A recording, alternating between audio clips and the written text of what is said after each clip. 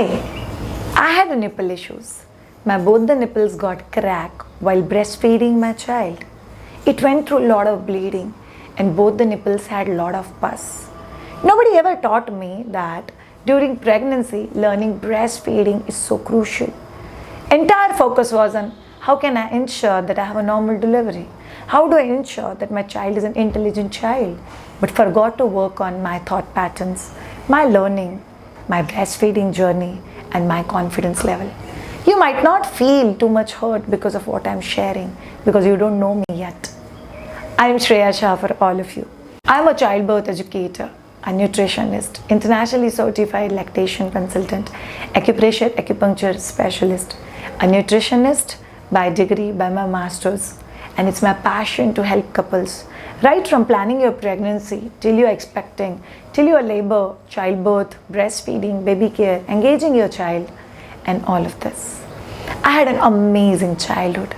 I've been brought up in a middle class family where the 600 rupees per month was enough for 5 of us to stay in one house. But the joy of life was far beyond the money that we received. We enjoyed every bit of moments as we are growing up. I've been beaten up by my mother with every instrument possible in the kitchen. I was one of the most notorious kids that any parent could ever ask for, or rather not ask for. I was born 2.4 kgs, an absolutely average child. But as I grew up, probably 5 months, 6 months, my breastfeeding was stopped and been shifted to cow milk, and I became chubbiest, one of the most overweight child who will not even move, not even crawl. So probably I used to sit and my parents will keep a truck or something in front of me so that I can just crawl, pick the toy up and play with that toy, and I'll keep sitting till somebody else will come, pick up my toy and give it to me. That kind of a lazy child I was during my childhood. I did my entire education in Marathi medium school, 1st standard to 10th standard. Probably always a backbencher, always a borderline pass out in social science. I used to always believe why I have to study earth is round or not, why I have to study wars and fights and what difference it will make to my life. So I never felt interested. My teacher always says, any child, whether they will like a subject or hate the subject, it depends on the teacher who is teaching that subject. In my 10th standard, I met a teacher, Mrs. Khadilkar, and she taught me social science, history, geography in a story format.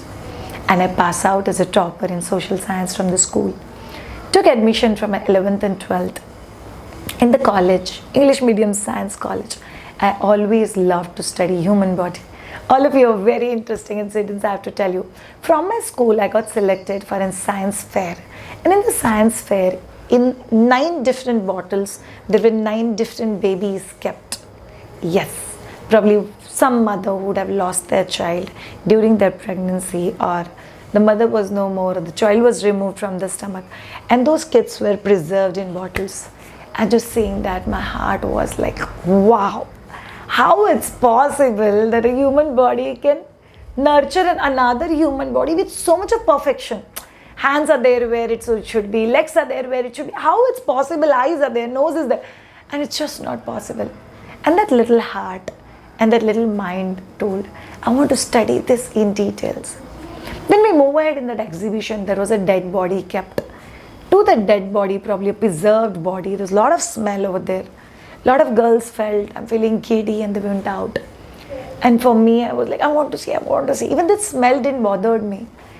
And the body was supposed to be ripped apart and tuck. Just need to open that body and see entire body from inside. It was a female body that has uterus, kidney, liver, and all other body parts. And there's a lot of students felt, oh my God, why we have to see this?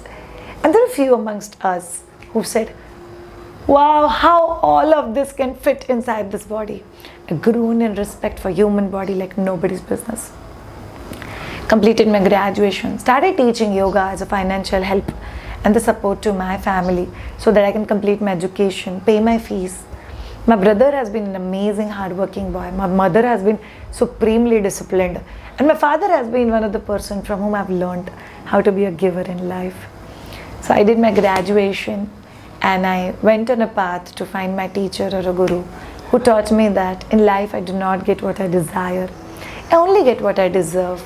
And the path is consistent, directed, self-motivated, intelligent efforts. So that's how you know me as what I am. But why I'm doing this particular video, why I'm doing this particular channel, I think a very simple thing.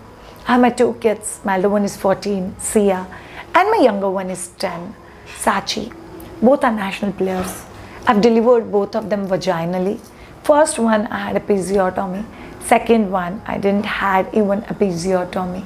Absolutely least medical interventions, very few sonographies. I had an amazing doctor who was supporting me throughout my pregnancy journey.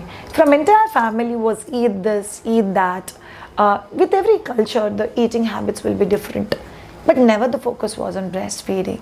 But probably my pregnancy has been one of the most smooth pregnancies that anybody could ever think about. I put on weight in average. I had a proper nutrition. I was absolutely balanced with my emotions. I enjoyed every bit.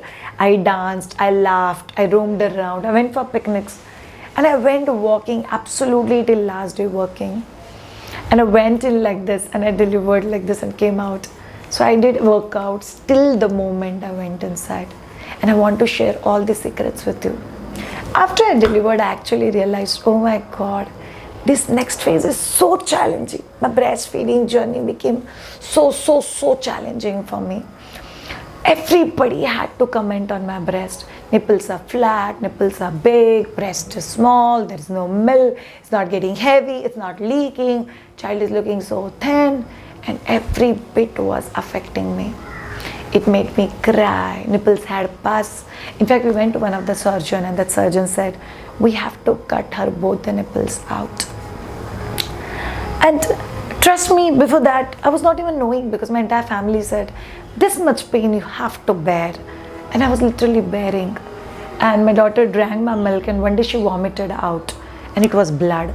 That time I realized my daughter was not sipping in my milk. It was a bit of blood that was coming out. And that was giving me pain. I went to all big time hospitals in the city. I stay in Pune area, Maharashtra in India. And I went to each of the big hospitals that we have because it's one of the major cities of India. And I couldn't come across any doctor who could help me. Everybody told just breastfeed properly, breastfeed properly. And then I met my another teacher, Dr. Vijaya Krishnan from Hyderabad, who taught me right latching. And then I breastfeeded my kids for 1.5 years. And I realized I want to share that knowledge with you all. So the pain that I went through, nobody else should go through. The bonding that me and my husband shared was amazing. There were wonderful secrets to know that how do you manage postpartum emotional management, postpartum depression, postpartum ups and downs. Probably somebody would have told me, how do you manage relative suggestions? How do you take the inputs from the family? How do you take when somebody have to comment about baby's looking too lean, you're looking too fat, why your stomach is so saggy, breast size, wear bra, don't wear bra. So a lot of cultural myths that were coming. But I felt I can be that one in somebody's life to help them to understand reality, to understand how the thought pattern can go. Yes, and at the same time, do few of the things in the Indian ways. Culture-wise, I think the ancient most science has been what all of us follow. The most ancient times where people used to believe that nature is something that will help us to heal from each and every circumstances. When I go and see sunrise and sunset, it will help me to come out of my emotional flaws, emotional loss, emotional feeling low of my life. And probably nature is one of the biggest and the most amazing healer available to all of us. But we sometimes miss out on experiencing it. There's a lot of things which are available in the food items in the form of the ghee or the homemade butter that we have. We can actually take help of it to heal ourselves. So I'm here to all of you. So bring this entire journey of my pregnancy, breastfeeding, bringing this to national players Always believe that what they are, what their thought pattern is so much inspired by my pregnancy, what I did during my pregnancy, what we did, what we shared, what we read, what activities we ensure that we do in our pregnancy.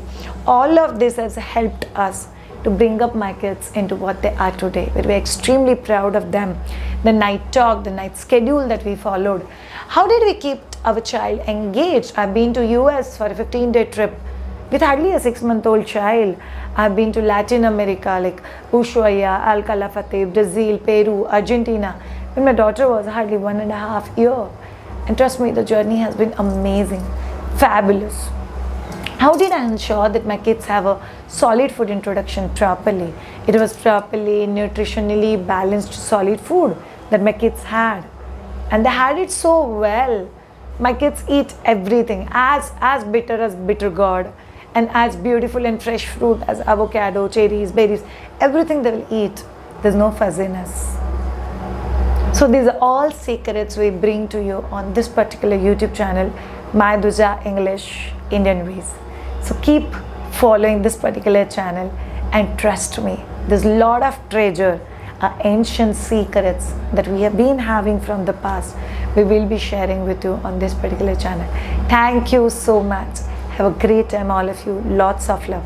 Do subscribe and ensure that you keep watching. Have a great time. Bye-bye.